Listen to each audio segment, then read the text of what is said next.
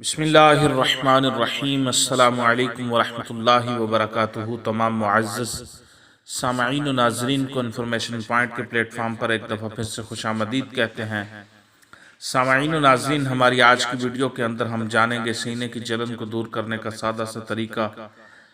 کھانے کا صرف انداز بدلنا ہے، پھر دوبارہ کبھی سینے میں جلن نہیں ہوگی۔ یعنی کہ نہ دوا کھانی ہے، نہ کوئی ایکسرسائز کرنی ہے، صرف کھانا کھانے کا انداز بدلنا ہے، اور اس انداز کے بدلنے سے انشاءاللہ دوبارہ کبھی بھی سینے میں جلن نہیں ہوگی۔ تو تفصیلی واقعہ اور طریقہ کچھ یوں ہے کہ میرے ایک جاننے والے دوست نے مجھے بانی و امیر دعوت اسلامی، امیر اہل سنت ابو البلال مولانا محمد الیاس عطار قادری کے بڑے شہزادے مولانا ابو اسید عبید رضا کے حوالے سے بیان کیا تھا کہ شہزادہ عبید رضا سے کسی مجلس میں کسی نے سینے کے جلن کی بابت سوال کیا تھا اور شکایت کی تھی کہ ان کے سینے میں جلن بہت ہوتی ہے۔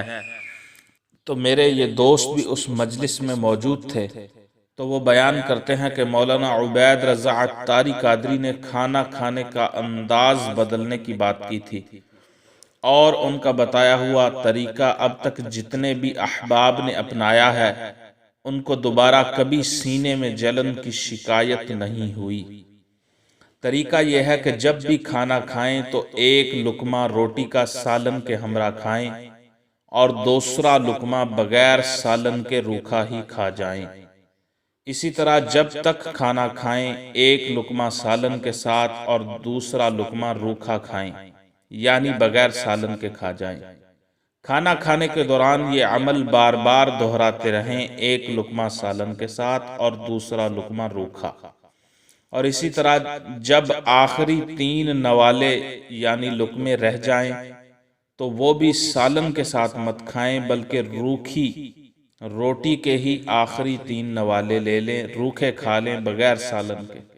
اگر گلے میں اٹکتے محسوس ہوں تو پانی کے ساتھ کھا لیں۔ انشاءاللہ اس طریقے سے کھانا کھانے سے سینے میں جلن کبھی نہیں ہوگی۔ سینکڑوں لوگوں نے اس طریقے کو آزمایا ہے، مجرب طریقہ ہے، آپ بھی آزما کر دیکھیں۔